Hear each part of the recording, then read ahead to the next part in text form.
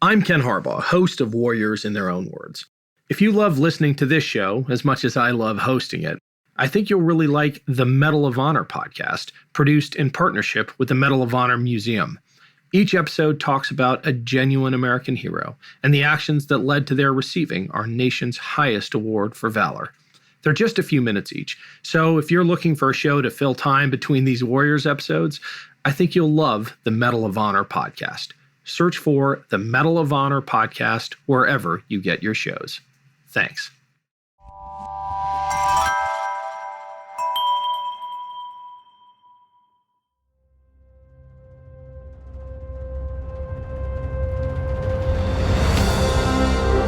I'm Ken Harbaugh, host of Warriors in Their Own Words.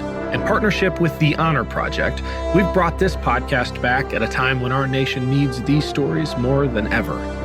Warriors in Their Own Words is our attempt to present an unvarnished, unsanitized truth of what we have asked of those who defend this nation. Thank you for listening, and by doing so, honoring those who have served. Today, we'll hear from Captain Tom Smith. Smith attended the Air Force Academy before becoming a combat rescue officer, where he led a combat pararescue team tasked with flying into hot landing zones to rescue fellow military personnel and civilians. He served in both Iraq and Afghanistan.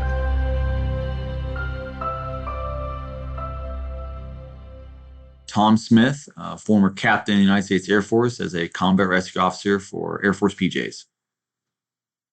What led me to the Air Force Academy is first and foremost is being a gullible 10-year-old that lived in Alaska. But more importantly, my mom and dad divorced when I was 5 and had a really strong mom, lived with her since I was 5. We lived in Florida first.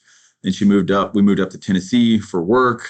And then she's super adventuresome. So we moved to Alaska for a couple of years. And when I was in Alaska, we just got there, just moved in, and we were staying in a bed and breakfast while we looked for a place to stay. And obviously have all kinds of bases up in Alaska. And at our bed and breakfast one morning at the table, there was these 2 guys in fighter suits or fighter outfits with their hat on, had these giant academy rings, and they were just, the coolest thing a 10-year-old had ever seen.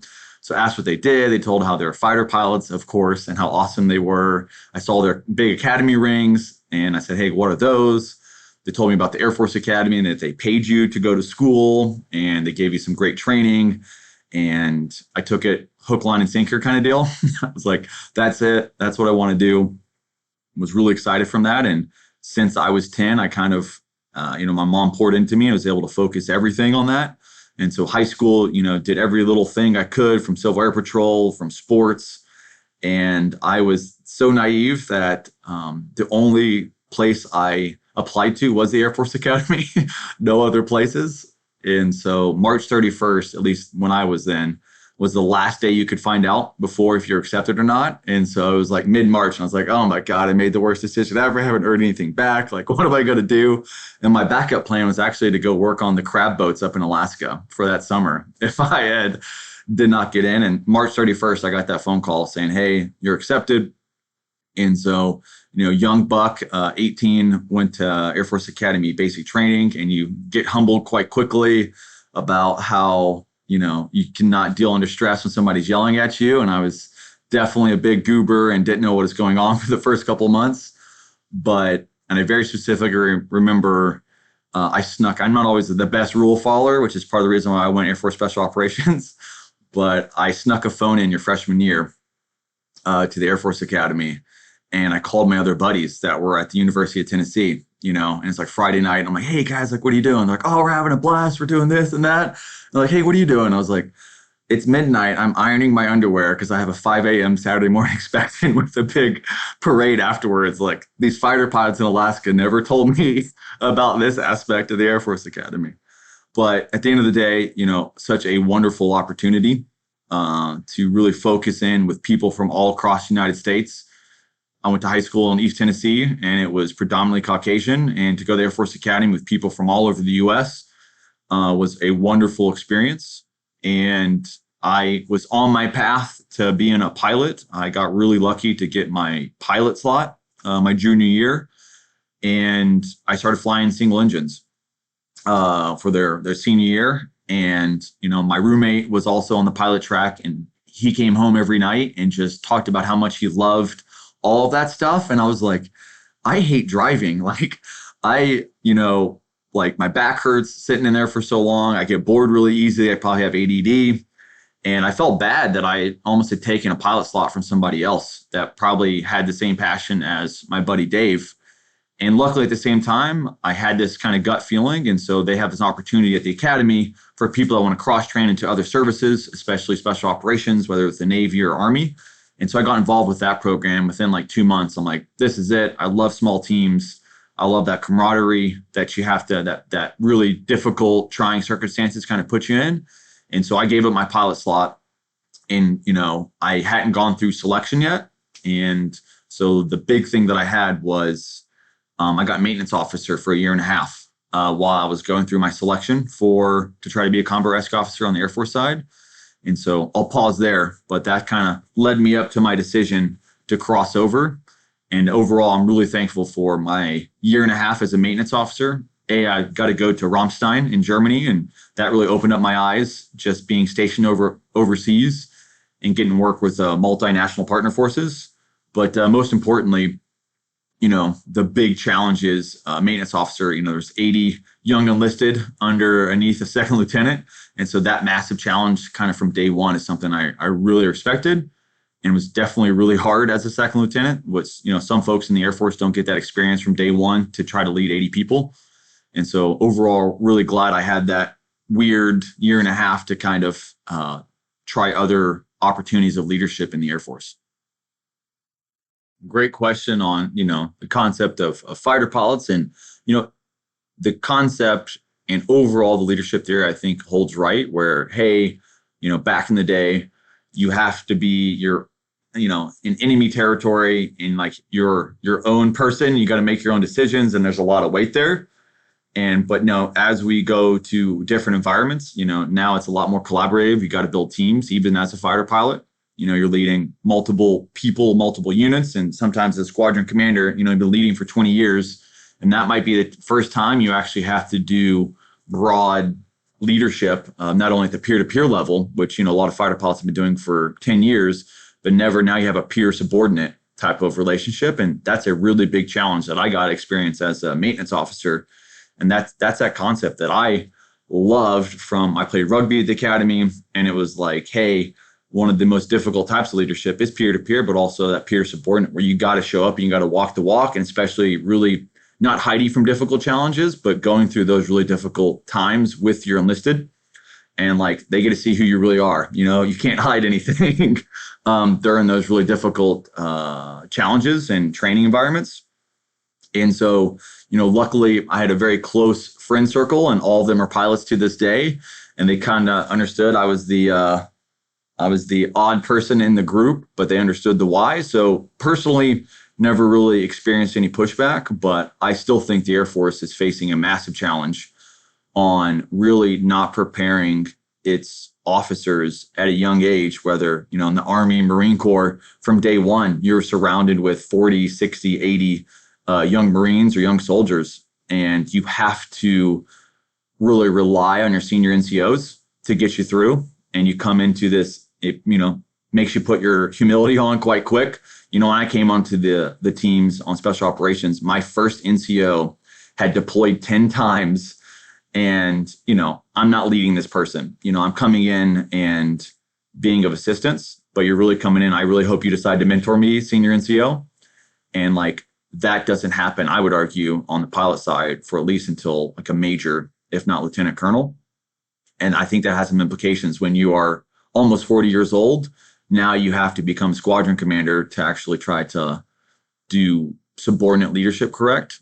I think we do a disservice to that. And so I think that's why the Air Force has stumbled sometimes with high-level leadership decisions, because we get put at a very young age, especially fighter pilots, on, hey, you can do all of this yourself.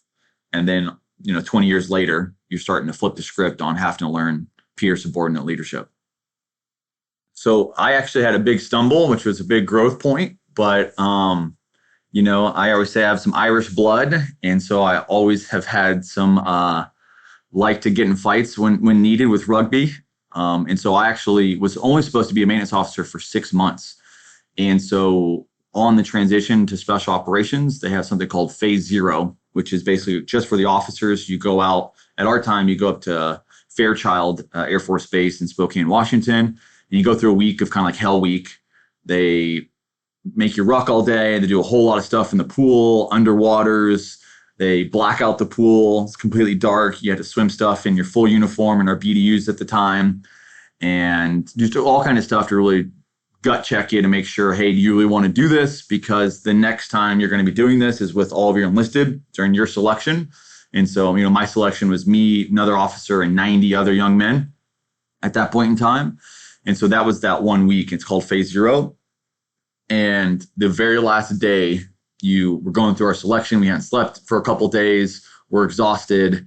And one of the officers I ended up getting a fight with because I felt he did some things wrong toward the other people in the teammate. And so I survived Phase Zero, but I got asked to come back again 6 months later, which was a massive blow because I had to go back to Germany and a maintenance officer. I'll never forget Captain Ryder, and if he's out there, God bless him.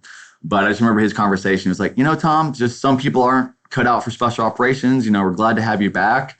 And that was just like a hot knife to the heart. I was like, oh my gosh, like I got to get my emotions under control without a doubt. I can't just be focused on physical. I just can't focus on mental. It's got to be a comprehensive leadership, And so that 6 months was really humbling, and also got to continue to grow as a maintenance officer. And so I went back in the fall and survived Phase Zero and got picked up.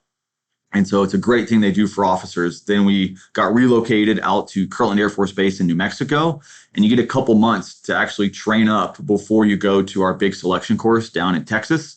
And so we showed up in February of 2009 to my indoctrination course, they call it. And it's just 8 weeks of each special operations, whether Navy SEALs or Green Beret, they have their own torture devices. Green Beret love to deprive you of your sleep and just have you ruck a lot in the mountains. Navy SEALs have sleep deprivation and really cold water. PJs, Pararescue in our career field, they have a pool, and they love to try to drown you in that pool. And the whole thing is trying to get you calm and to relax. With oxygen deprivation, your brain starts freaking out. And so it tries to get you to calm down, focus on your task at hand. And so we started with 90 folks with 2 officers, and we finished 2 years later.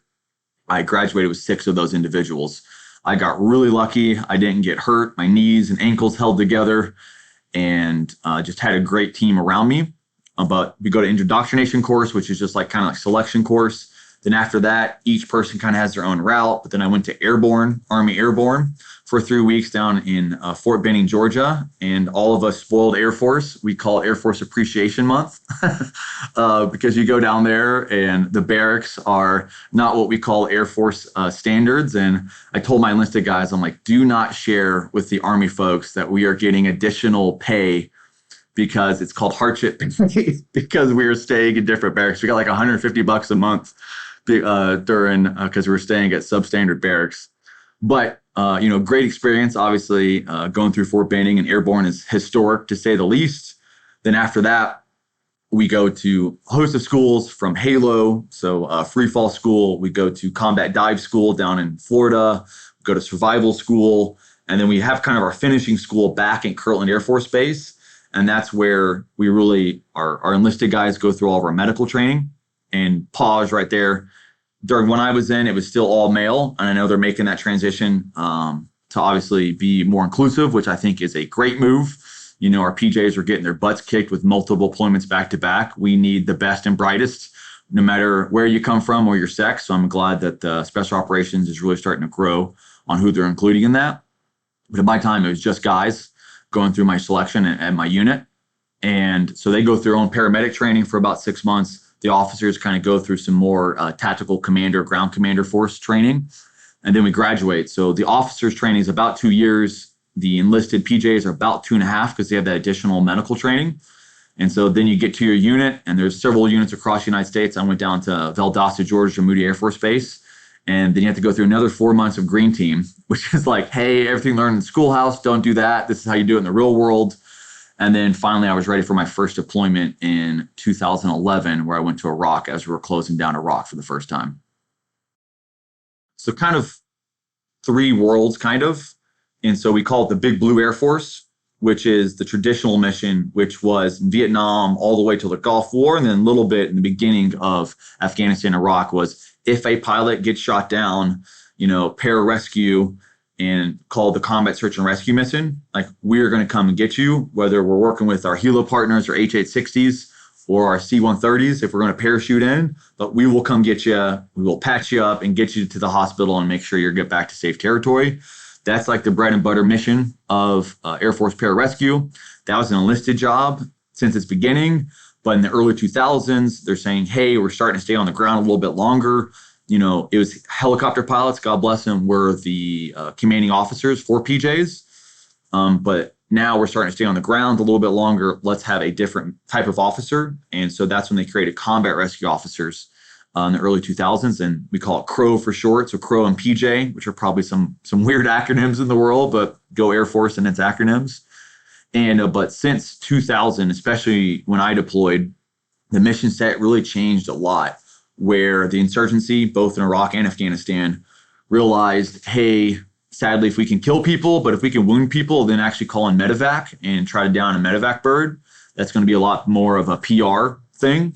And so, Army medevacs, wonderful dust off, has a great mission, but when you call them in, you have to call in one helicopter, and then you got to have a two-ship, like Apache, for example, attack helicopters to protect them. And so they said, hey, we have these other assets that are in theater in the mid-2000s called Air Force PJs are sitting on alert with H-860s.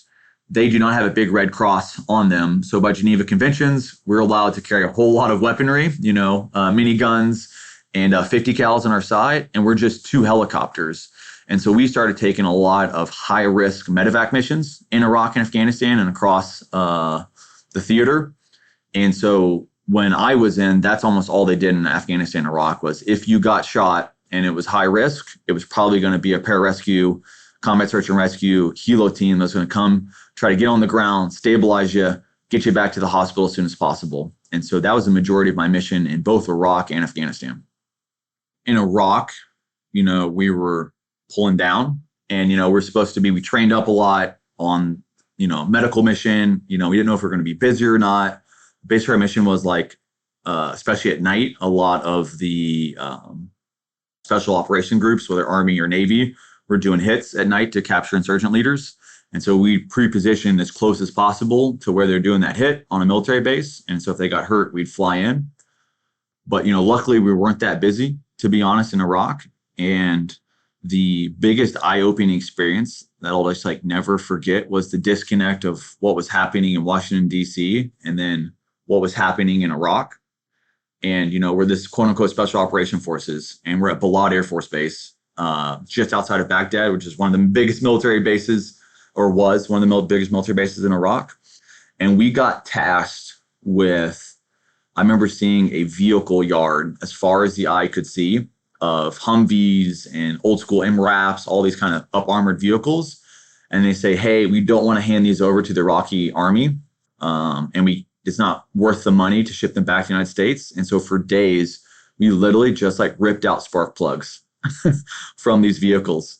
And it was just such a lack of planning. And, we're supposed to be this leading military force, and it just seemed to be complete chaos on the ground with not thinking through what we were doing. And it was just kind of heartbreaking. And at the same time, we also got to work with some of our Iraqi special forces. And these were amazing human beings, but we got to know some of them, the younger officers, the CGOs, company grade officers, the lieutenants and the captains. And they just talked about the massive amounts of kind of corruption in the higher up of their forces. And it was just sadly, in the dark humor of being deployed, it was hey, we're going to be back in 2 years. We're going to be back in 4 years, let's take bets when we're coming back to Iraq. And, wars should not be started easily and a lot of thought. And we can talk about Iraq all day, but it just really sucked being in that situation and seeing the consequences of failed policy. And then also knowing that we were likely going to be coming back in a couple of years.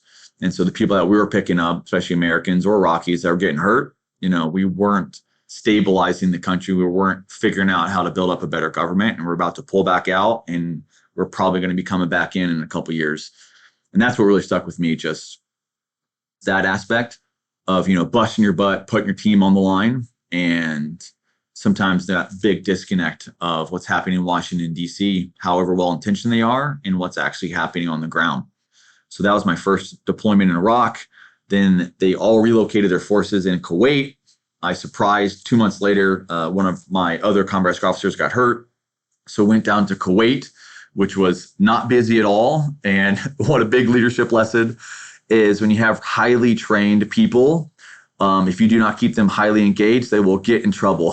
So that was my number one thing every single day, was really trying to keep my 12-person team highly engaged, getting ready for any type of mission. And basically our mission was, if any aircraft, especially coalition aircraft, got shot down anywhere in the Arabian Gulf, Persian Gulf, that we were going to deploy there and pick them up. Luckily, we did not get called besides once. And then finally, that was 2012, beginning of, then my quote unquote hot deployment was to Afghanistan in later 2012. And we actually went to southern Afghanistan, which is Helmand province, which was beautiful, high mountains, but also really lush valley that they have there. And that's where the majority of their drugs come from, is Helmand province. So it's heavily contested Taliban territory. And, 2009, 2010 was when the surge was, and that's where a lot of Marines, especially, and Brits also worked in that territory, were getting hurt. And so I was coming in 2012, it was still relatively hot. And sadly, 3 or 4 months prior, one of the first major base attacks had happened, where the Taliban had infiltrated the base and attacked a Marine Corps Harrier unit, and they lost their commander. So it was a really big, we're coming into that deployment, like hair on the back of our neck, kind of standing up. And, that first part of my leadership side was, my non-commissioned officer, again, was highly experienced. And, I had a 12-person team. And literally the first day we get in theater, you have about a week handover with the other team. And we are doing our handover. We're on the flight line. We're at the actual helicopter, and their senior NCO, it's already been there for 4 months, had been in theater, and had all kinds of mission. And basically their mission was, like, whether you're an Afghan that got hurt, or whether you're an American, Marine especially, or a Brit that got hurt, we were going to come in, get on the ground, stabilize, and get you to the hospital. And, some days they had 7, 10, 15 missions where those were happening. And so it's just back to back on a 12-hour shift. You go off alert for 12 hours, you come back on, and that's kind of your day in, day out. And so we're doing this handover, very first day in theater. You're still kind of like hungover from like the jet lag, all that kind of deal.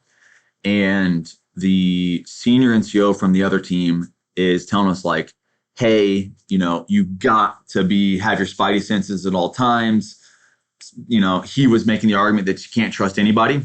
And the reason why was I'm sitting here with my whole team, and we're listening to the senior NCO kind of tell the story that they had just gotten a call 3 days before we came that the Brits, Marines, and the Taliban had gotten a firefight, and in the crossfire, an Afghan mom and her baby had been shot.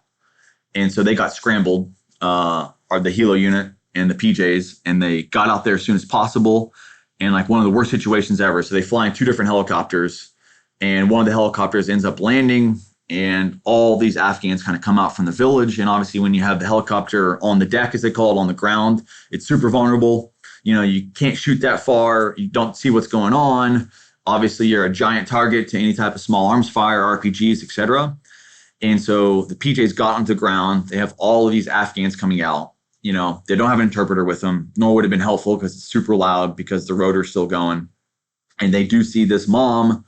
They see this baby wrapped up in a cloth. They see blood on the outside, and they grab those 2 folks. And they also you have to have a male escort at the time. Their male escort was like one of her 10-year-old sons is what they thought. Anyway, they're supposed to do a thorough pat down, right, of every single person before they get on the aircraft, unless you're an American or a British soldier. But they didn't, because the bigger threat they were saying was, hey, we're on the ground. We have all of this Afghan community. as well as they're trying to be culturally sensitive. If you have a bunch of American men patting down an Afghan woman in front of her village, like what are the repercussions potentially when she does go back? And so they did like a really cursory, just like pat down and check. And then she got on the aircraft, and it's super loud on the aircraft. We're cramped.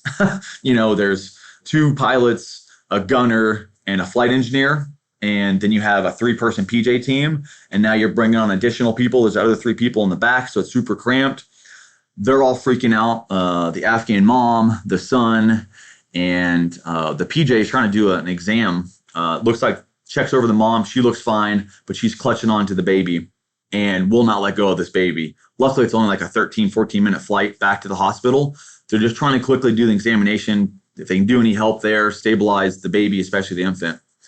And so the mom will just not let go of the baby, because, they're thinking because she's terrified. She's on a loud helicopter. We have all this like NVGs on gear. We have our M4s next to us. So, we don't look the most welcoming persons ever.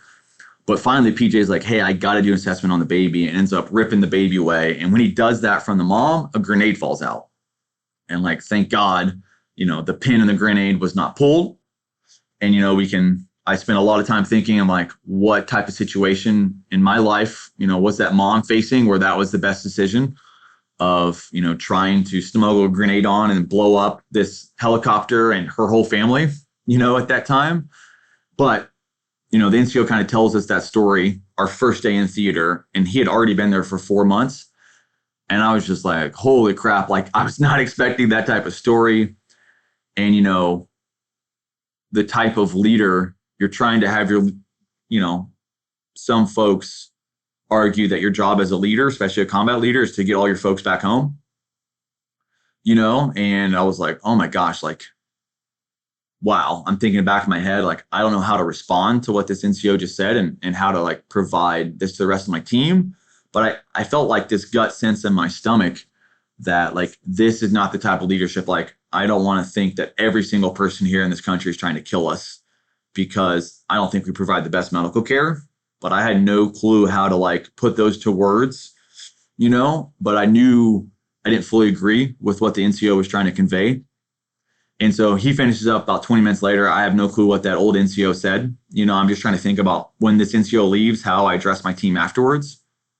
And the old NCO walks away, and my NCO was there, Sergeant Bedell.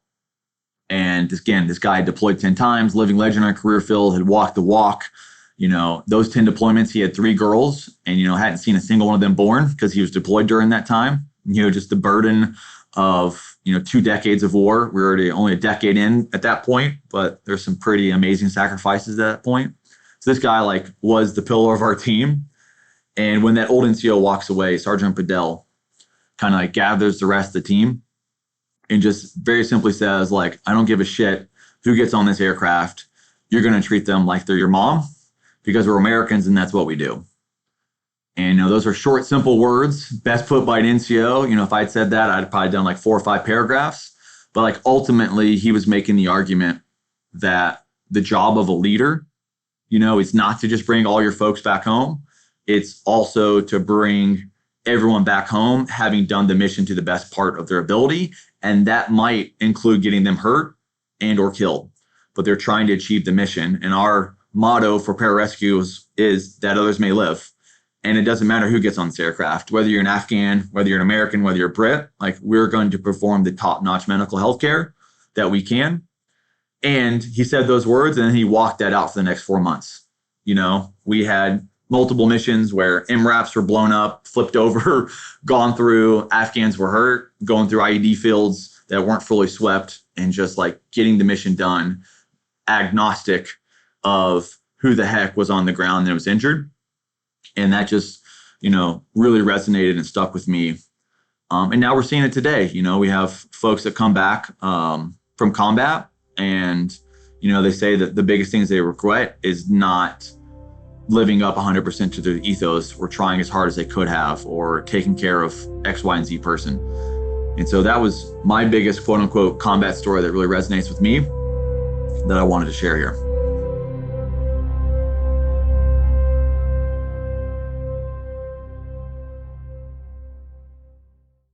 With the busy fall season already in swing, you might be looking for wholesome, convenient meals for jam-packed days. Factor, America's #1 ready-to-eat meal kit, can help you fuel up fast with chef-prepared, dietitian-approved, ready-to-eat meals delivered straight to your door. You'll save time, eat well, and stay on track with your healthy lifestyle. Level up with Gourmet Plus options, prepared to perfection by chefs and ready to eat in record time. Treat yourself to upscale meals with premium ingredients like broccolini, leeks, truffle butter, and asparagus. Looking for calorie-conscious options? Try delicious, dietitian-approved, calorie-smart meals with around or less than 550 calories per serving. Need an extra boost to support your wellness goals and feel your best as you tackle a busy autumn? Try Protein Plus meals with 30 grams of protein or more per serving.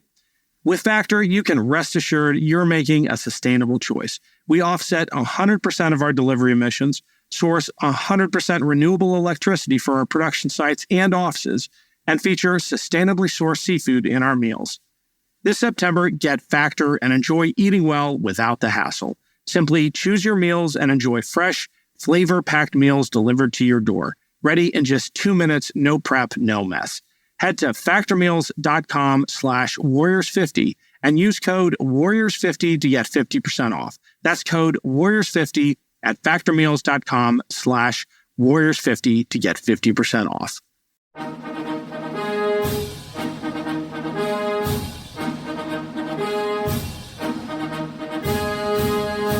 We often hear about the individuals who took the oath of office to become the chief executive. But what about the other people who play a role in each administration, or the events that may not be as well known, but that contribute to the reshaping of the office of the American presidency?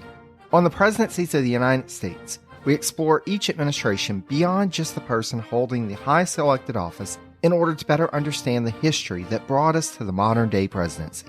I hope you'll join me on this journey through the annals of presidential history.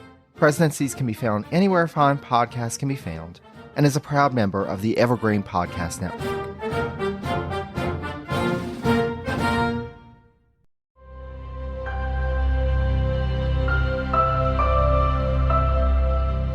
So Rob Disney was one of my other NCOs, another living legend in the career field, non-commissioned officer. And every person, whether you're in the military or not, wants to be on a thriving team that is tackling a real problem and trying to make it better. The only way you can do that to perform at a high level is to get honest and open feedback. And holy crap, is that hard. You know, we implemented 360 feedback, which was once a month. My 6-person PJ team, like, I knew these people back and forward, some of the bravest people I've ever known, you know, jump out of C-130s in the middle of the night for a halo jump, you know, underwater night dive, like all kinds of like harrowing stuff. But actually sitting down and the monthly feedback sessions of saying, hey, I'm the officer for this team. I expect all of you, what's the one thing I really suck at? Let's go around the table and you guys tell me. And then what's the one thing I do well?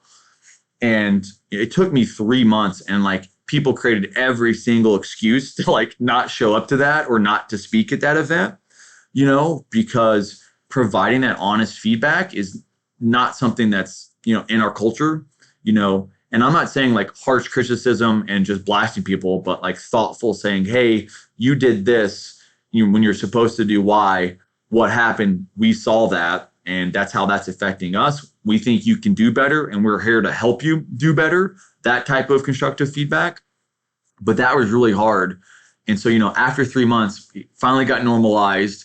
And more importantly, on the servant leadership side, you know, me and my NCO really agreed that this is what we were going to do, and we're going to keep doing it for months until it worked.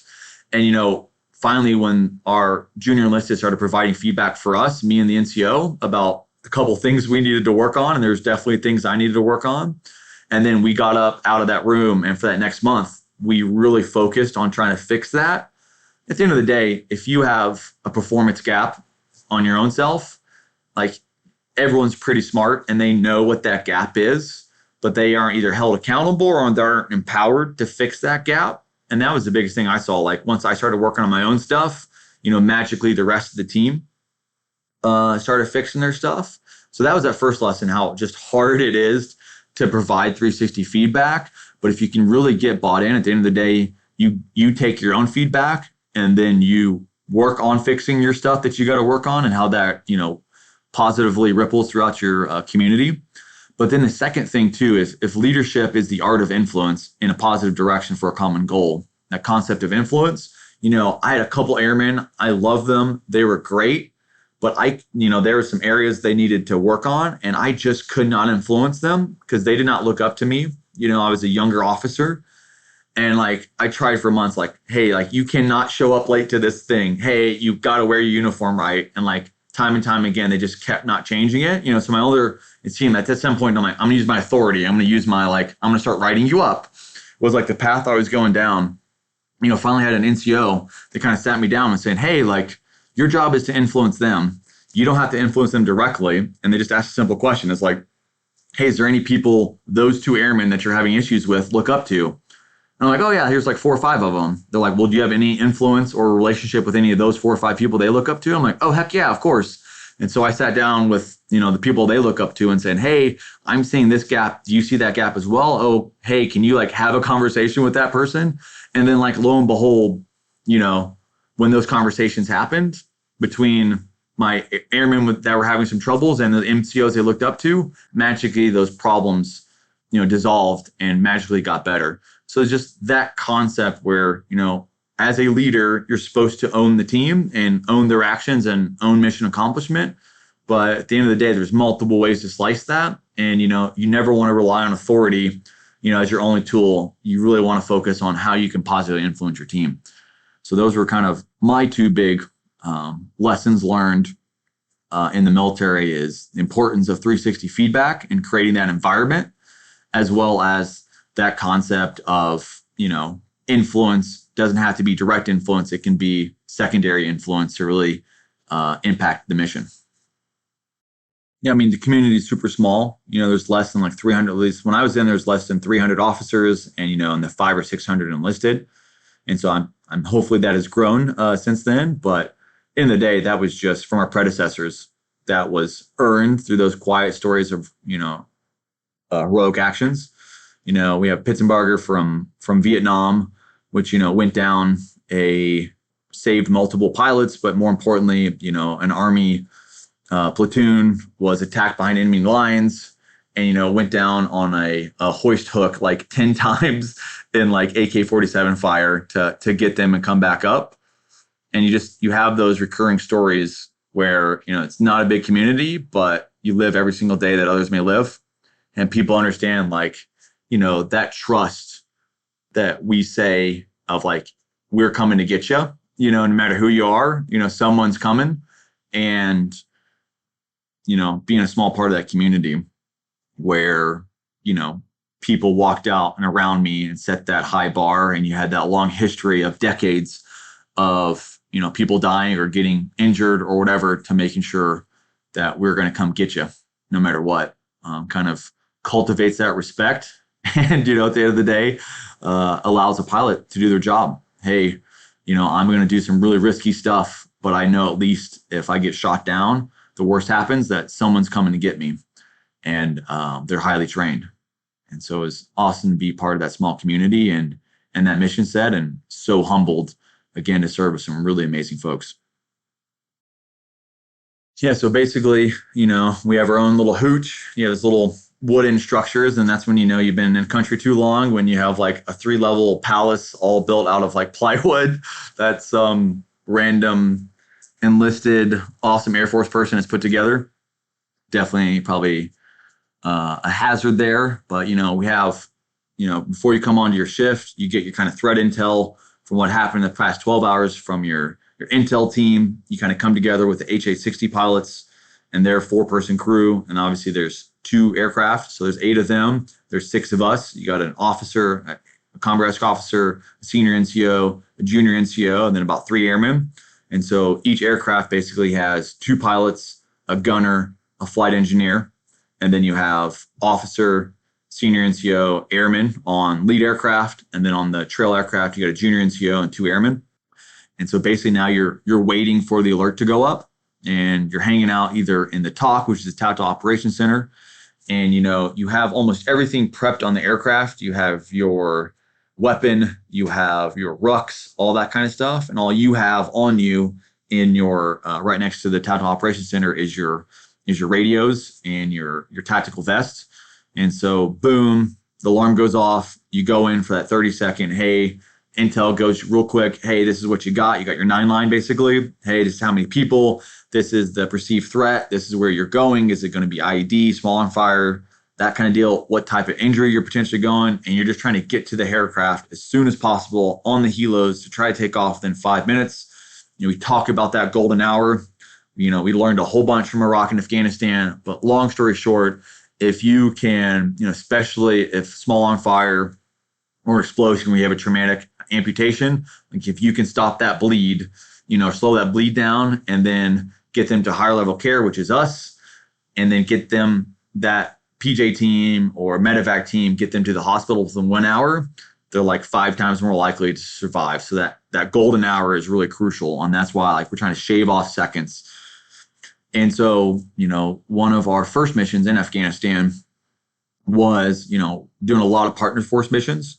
And so they had, we got this call that literally just 2 miles outside the wire of our base in the Helmand province, a Afghan partner national force with 1 or 2 Marine Corps advisors. One of the MRAPs had gotten blown up, and these are 14-ton vehicles. They're trying to mine resistant, ambush protected vehicles, some major armor. It got blown 15 feet off the road. So imagine the amount of ordnance that had to be in that IED, and flipped it over to its side.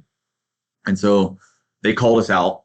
So we're spinning up, and it's really bad that, the worst thing, especially for helo pilots, on night vision goggles, is they have that really fine talcum powder in Afghanistan. And it's basically called a brownout. So just as you kind of come down, it kind of poofs up and you can't see anything. You can't see your orientation. And so obviously the helo pilots, all internal mechanisms to land the aircraft. And we had made the decision to put in our Trailbird, so our junior NCO first, so we could stay above. We were kind of worried about maybe a potential ambush there. And so we wanted the lead aircraft to kind of direct things as needed because there's other aircraft in the area. So we wanted the lead pilot and the lead NCO and lead officer in the air. And so we put our junior NCO on the ground with his 2 airmen. And, in the panic, they were supposed to clear out the IED field for us. They had not done it appropriately, and they told us halfway through the PJ team walking through. Luckily, no one was injured. They got there, and like you just said, everyone, the MRAP had been protected, as in the hatch was fully closed. But that type of explosion where a 14-ton vehicle gets blown 15 feet off the road and gets flipped upside down, there was some pretty gruesome carnage on the inside. And so, the PJ NCO was telling us holy crap, we need the other team on the ground because they need some more medics there and some more stretchers. And so there was some alive folks. And so, we're pulling them out, from those type of explosions. You have a lot of trauma to the lungs and the airway. And so our PJ team was, fast at work, stabilizing them. We're there. Sadly, when the MRAP had gotten blown up, we're pulling people out and getting them stabilized. And, the partner forces, obviously, they're seeing their buddies getting pulled out of these vehicles. They're trying to provide security. The couple people are still alive. There's a lot of amounts of distress during that time. But, luckily, we were able to get 4 of the Afghans stabilized and on the helicopter and back to the hospital within 25 minutes from detonation of the IED. And, 4 people were able to survive that.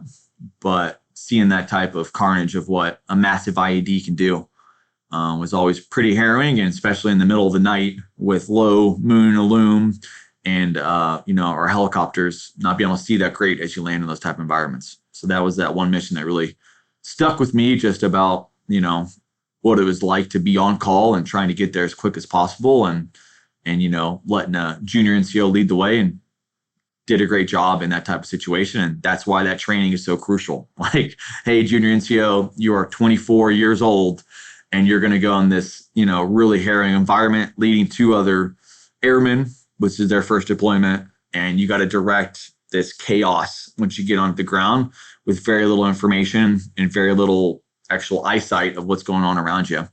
And he came through with colors and did a wonderful job of doing that. So it was great to, where else in the world can a 24-year-old person have that type of responsibility and successfully step up and achieve that type of stuff? So I had the unique, and it's not always the same, but, went through indoctrination course, went through my 2 years of pipeline with several of these folks. And then just so happened that we all went to Moody Air Force Base together, which happened to be one of the larger PJ bases. Then I went through Green Team, pre-deployment training, and then deployment with these. So like, it sounds crazy, but like you could be in a dark room and like you kind of like know by their breathing who they are just because you spent that much time in dark circumstances. And probably shouldn't share this story, but I know you'll get a laugh out of this one. It's always my frame of reference of like, hey, no matter what I'm doing now, I'm like, it couldn't be that bad. So everything is like better than that moment. So this is like my frame of reference. I compare everything against. But we're in the pool, and like one of the last events they have us do. So we do these underwaters. You have to swim 25 meters underwater. You have to swim 50 meters underwater. You have a weight belt on. You got to tread water. So your legs are exhausted. And you're sitting in a pool. And the last thing they have you do is something called crossovers or underovers. You have a weight belt on, you have fins on, you have a mask on, and you have like 10 or 15 people on each side of the pool going widthwise, not lengthwise. And you have to go down to the bottom, and like one team swims at the bottom, holds their breath, the other team swims above them. But half the time you're getting kicked in the face, people are freaking out. You got to come back up, and you get like 2 seconds rest. You got to come back again. You got to remember, like, if you're high, low, people start doing stupid stuff, run to each other, all that kind of deal. And honestly, the whole time you're just praying, like, I really hope someone quits or freaks out so you can get like a 10-second or 20-second breather, at the top. You're just praying. And so, but when you come up, and remind, we're like in these little brown t-shirts, and because it's the pool, you don't want any drag. So you have like the tightest little medium shirts on that we have, and we have black Speedos on, and we come up, and as soon as you come up, they tell us to get nut to butt, which is you're on like the side of the pool gunnel, and you got to get as close to your buddy as possible. And then the other buddy has to get close to you as possible again, And we've been in this pool for like 4 or 5 hours, and the last thing you want is to cramp. And so we're just like down in water every chance we get, And so the guy behind me, Sean's his name, and he was like, I got to pee. And I was like, I don't care. I'm so exhausted. And so he starts peeing, and I'm like, hey, we've been in a pool, and it's like 65 degrees, 70 degrees. It's cold. You're cold after 4 hours. I'm like, in back of my head, I'm like, hey, that actually kind of feels good. Like, oh my God. And then I'm like, oh my God, I have to pee. And so I tap my buddy in front of me. I'm like, dude, I got to pee. So he's like, I don't care.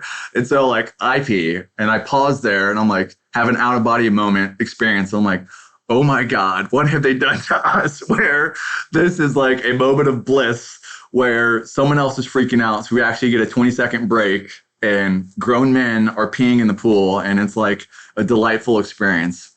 And so like you have those type of experiences. And I'll tell one last story, talking about camaraderie. And so again, I love the military. I love the academy, love the PJ teams, because you get people from all over. As a young kid, I was, a kid from the mountains of East Tennessee. And one of the guys on my team was from Boston and had his Lavoie and had that Boston accent. And fast forward to one of our last phases in our 2-year pipeline, it's called tactics. So like you're going through different areas and like, moving with a team, shoot, move, communicate kind of deal. And the last exercise, we got ambushed and our team got scattered. And now for like 2 days, you have buddy pairs, and you got to kind of like move at night and move in day to like certain checkpoints, and you got to hide. You got people trying to find you. So kind of like search and evasion kind of stuff. And it's in the high mountains of New Mexico, and it's like December, January. And it was awful. It was like the exact worst, where you have like that sleet, snow, rain. It's like 33 degrees, And so we put all of our like sleeping bag and stuff and like plastic bags to try to protect, but it just like sleeted on us for like 2 days. And so at this point in time, like everything that we have is soaking wet. You don't have anything that's dry. And now at night, it drops down to the 20s. And so the first night, like me and Lavoie are so wet that we just literally had to walk around in a circle for like 10 hours to like keep our body heated enough so we didn't freeze to death. And so then we had to move the whole next day. And so we get to our next checkpoint. That whole day, again, it's sleeted. And so we're in the exact same situation as the night before. And I'm like, oh my God, we have to walk in a circle for another 10 hours. And I was like, no. I'm like, Lavoie, like, we're doing something else. And so this is literally my first order as an officer in the military. Lavoy was like, I'm like, hey man, like the only way is for us to like cuddle and like have body heat. It's the only way chance we can like get some sleep tonight. And he was like, no, like no way, sir. Like in his Boston accent, like no way, no how. I'm like, let me rephrase this. Like we are cuddling. I will give you an option if you want to be big spoon or little spoon. And I will never tell you which one he chose. But let's say we did cuddle that night and we finally got some sleep as you're cuddling in the high mountains of New Mexico. And so like that is the type of camaraderie that you're going on these deployments with. I mean, the brotherhood at that time was just everything to you. And that's why, this is an enlisted guy. Yes, there's a rank structure, but it was, you really had to lead on your values and there was no hiding. You couldn't be someone off duty that you were on duty and vice versa. And that was the biggest draw to that team in the PJ world, special operations overall, was just how closely knit you were with the enlisted. But actually, that was a little bit of, as we talk about transition, Ken, that was one of the biggest hurdles. It took me almost 2 years that when, the first hurdle was I did not think I could serve outside of uniform. I thought you had to wear a uniform to serve. And that really prevented me for like 2 years of like, holy crap, there's so much need and hurt and pain in this world that like there's so many thousands of different ways. But since I was 10 years old, I was like, military is service. That is the best type of service. And that's the main way to serve. And so I almost, it took me 2 years to finally like pull my head out of my butt and realize there's other ways to serve. And then the second thing too, I was really, spent a whole time of reflection I was like, holy crap, I will never, ever have a chance in my life to be nearly as connected to someone as I was on the PJ team, because I'm not going to go through this ridiculous training or through combat. And yes, that is one way to make really close relationships. But, I spent the past decade realizing there's other ways to really create those other connections. And I know, a lot of my veteran buddies, they miss the community, they miss the purpose, the other centered purpose, and they miss the growth that happened while they're in the military. And when you get out, you feel like you don't have that community anymore. You feel like you don't have that purpose sometimes. You don't feel like you're growing. And so that community was the major aspect that you and I we talk about all the time. But that was a big hurdle I've taken the past decade, is like, how do you recreate those relationships that you had in the military?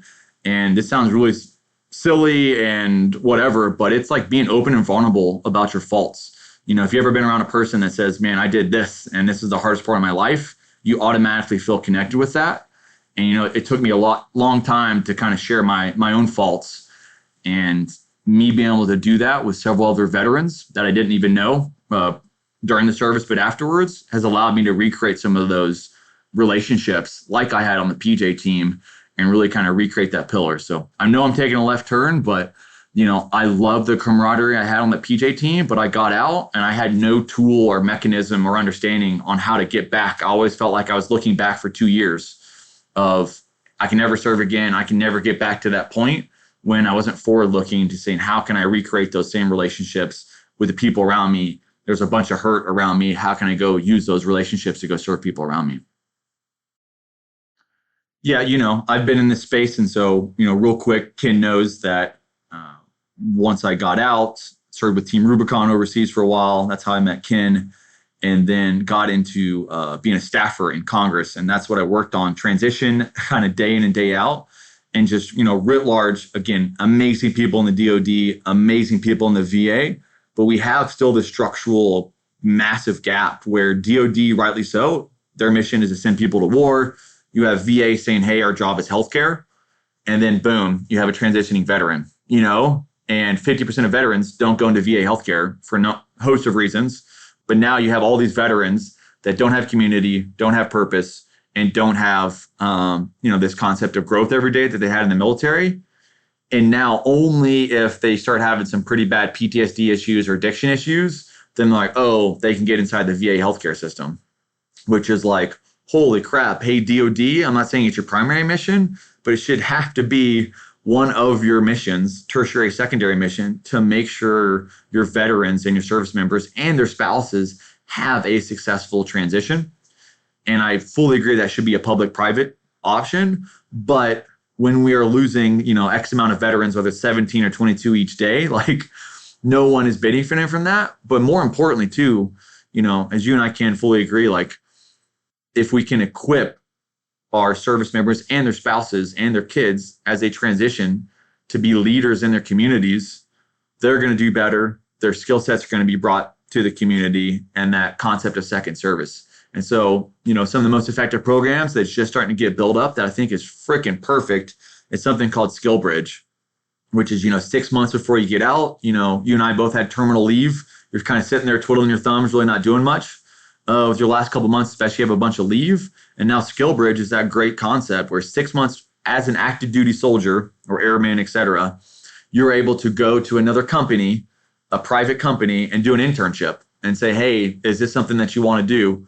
Awesome. And you're getting your DoD paycheck while you're getting this real world experience to see, is this what you want in the private sector? And if so, do you need more education? Do you need more internships, et cetera? And so DoD is getting a lot better in this space, but I think what we're still failing on, and we have a massive network out there, is, you don't have many people in the world that know what veterans went through, and also know the civilian world. And so the people that do know that are veterans that have made a successful transition. And I don't think we're tapping into their skill set. I know I would love to be on some random list that says, hey, if you're in Maryland or DC and you want to go into politics, which is what I'm in now, like I would love to be a mentor to any transitioning service member. We have this like untapped potential, because that's the biggest thing, is someone that knows where you're coming from and knows where you want to go to and can provide that kind of steady mentorship about how you're getting there. And hey, guess what? Transitioning service member, like I was you 4 years ago, here's a little bit of hope that you can get through any challenges that you have, whether PTSD, et cetera, and you can find another way to serve and kind of expedite the learning loop. It took me 2 years to realize that. And I wish I would have had some more mentors on the other side of that before I even got out. So I think the DoD is moving in the right direction, but without a doubt, they have a role on empowering our service members. And we talk about it every single day, but our greatest generation, multiple reasons why that happened but there was a societal expectation, because so many people served, that they were needed back home in their communities. And that's why so many of that expectation was met with so many service members stepped up in their communities, whether it's mayors, whether it's doctors, whatever, because of that expectation. And I think we can do a whole lot better as a society to wrap our veterans and service members and their families as they transition to say, hey, we need you back home. We thank you for your service, and now we need your service again back home. That was Captain Tom Smith. Thanks for listening to Warriors in Their Own Words. If you have any feedback, please email the team at kharbaugh@evergreenpodcasts.com. We're always looking to improve the show. For updates and more, follow us on Twitter at @team_Harbaugh. And if you enjoyed this episode, don't forget to rate and review. Warriors in Their Own Words is a production of Evergreen Podcasts in partnership with the Honor Project. Our producer is Declan Roars. Bridget Coyne is our production director, and Sean Ruhlhoffman is our audio engineer. Special thanks to Evergreen executive producers Joan Andrews, Michael DeAloia, and David Moss.